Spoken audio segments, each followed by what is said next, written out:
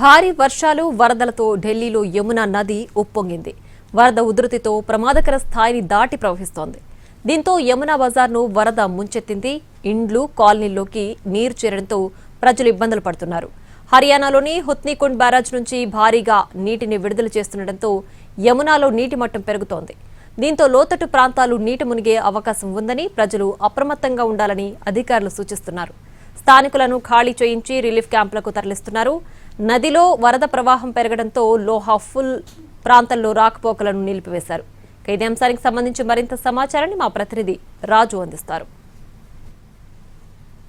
దేశ రాజధాని ఢిల్లీలో యమునా పరివాహిక ప్రాంతంలోకి పెద్ద ఎత్తున నీరొచ్చి చేరుతుంది. ఇప్పటికే యమునాలో డేంజర్ స్థాయికి వరద ప్రవాహం చేరుతుంటే ఇక్కడ పరిస్థితులు ఎలా ఉన్నాయో చూడొచ్చు. ఏకంగా ఇళ్లలోకి మొత్తం కూడా భారీగా నీరు చేరింది. అక్కడ ఏ విధంగానైతే అబ్బాయిని మనం చూస్తున్నాము, తను బుక్స్ పట్టుకొని ఇక్కడికి వస్తున్నారు.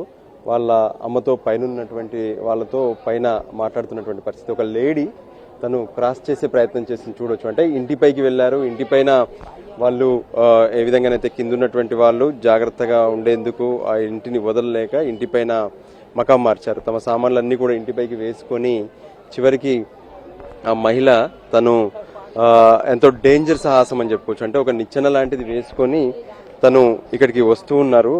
సో ఈ పరిస్థితుల్లో మనం చూడొచ్చు నిజంగా ఆమెకు సంబంధించి ఎటువంటి ఇబ్బందికరమైనటువంటి పరిస్థితుల్లో ఆమె వాల్ పై నుంచి నడుచుకుంటూ ఇక్కడికి రీచ్ అవుతున్నారు. నిజంగా ఆమెతో ఒకసారి మాట్లాడే ప్రయత్నం.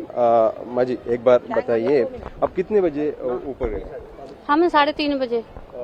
पानी कब से आ रहा है इधर? 3:30 बजे. इधर अब्बाई కూడా వచ్చారు. कहाँ से आ रहे भाई? घर पे थे.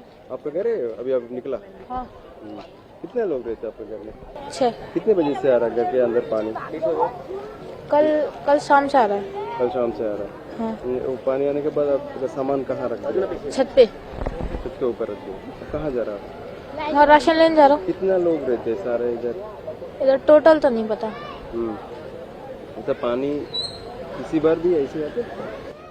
हर बार. इससे पहले 2 बार आ चुका है, लेकिन अब ये तीसरी बार चढ़ा है तो ज्यादा आ गया.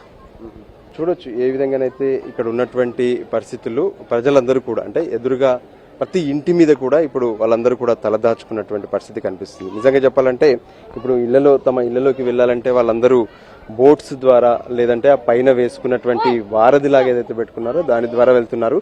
చిన్న చిన్న పిల్లలు మనం చూస్తున్నాం, అతని చేతిలో ఒక చిన్న బాబు ఆడుకుంటున్నారు. అంతేకాదు పక్కన వృద్ధులు కావచ్చు, పిల్లలు కావచ్చు, వాళ్ళందరూ అక్కడే ఉండి వాళ్ళు ఇబ్బంది పడుతున్నటువంటి పరిస్థితి ఉంది. ఇళ్లలో కూడా మనం చూస్తున్నాము ఎంతవరకు వాటర్ వచ్చాయనేది కూడా మనకు స్పష్టంగా కనిపిస్తుంది. ఏ విధంగానైతే మనకు కనిపిస్తున్నటువంటి నీటిని కూడా మనం అబ్జర్వ్ చేయొచ్చు. ఇళ్లలోకి మొత్తం కూడా నీరు చేరింది. అంటే వాళ్ళు ఇక ఇళ్లలోకి వెళ్ళలేనటువంటి దుస్థితి కూడా మనకు కనిపిస్తుంది. ఇళ్లనన్నింటినీ కూడా వదిలేసి ఇప్పుడు వాళ్ళంతా బయటకు వెళ్ళిపోయారు. పూర్తిగా తమ ఇళ్లలోకి నీరు వచ్చి చేరిందనేటువంటి ఆవేదన వ్యక్తం చేస్తున్నారు. ఇక్కడ ఉంటున్నటువంటి వాళ్ళందరూ కూడా పేద ప్రజలని చెప్పుకోవచ్చు. మనకు అక్కడ ఒక ట్యాప్ కనిపిస్తుంది. అంటే వాటర్ ట్యాప్ ఏ విధంగానైతే ఉందో ఆ వాటర్ ట్యాప్కి సంబంధించి కూడా మనం చూస్తున్నాం. అంటే వాటర్ ఎంత హైట్లో మనం ట్యాప్ ఉంటుందో ఆ ట్యాప్ వరకు కూడా నీరు చేరుకుంది. ఇంకా యమునాలోకి వస్తున్నటువంటి ఆ ప్రవాహం పెరిగితే మరింత ఎక్కువగా వచ్చేటటువంటి అవకాశం కూడా ఉందంటున్నారు. మనం చూస్తున్నటువంటి ఈ లైన్ మొత్తం కూడా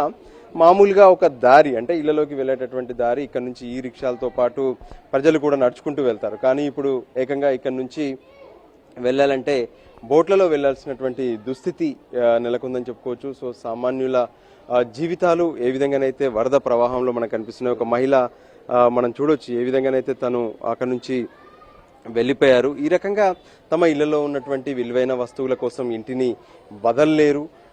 లేదు అంటే ప్రాణాలను తెగించి వాళ్ళు ఇంటిపైనే ఉంటున్నారు. మనకు ఎదురుగా ఒక సిలిండర్ కూడా కనిపిస్తుంది. అంటే ఏకంగా ఆ సిలిండర్ను పెట్టుకొని ఇంటిపైనే వాళ్ళు వంటలు చేసుకొని అక్కడే ఉంటున్నారు, అంటే ఇంటిని వదలలేక.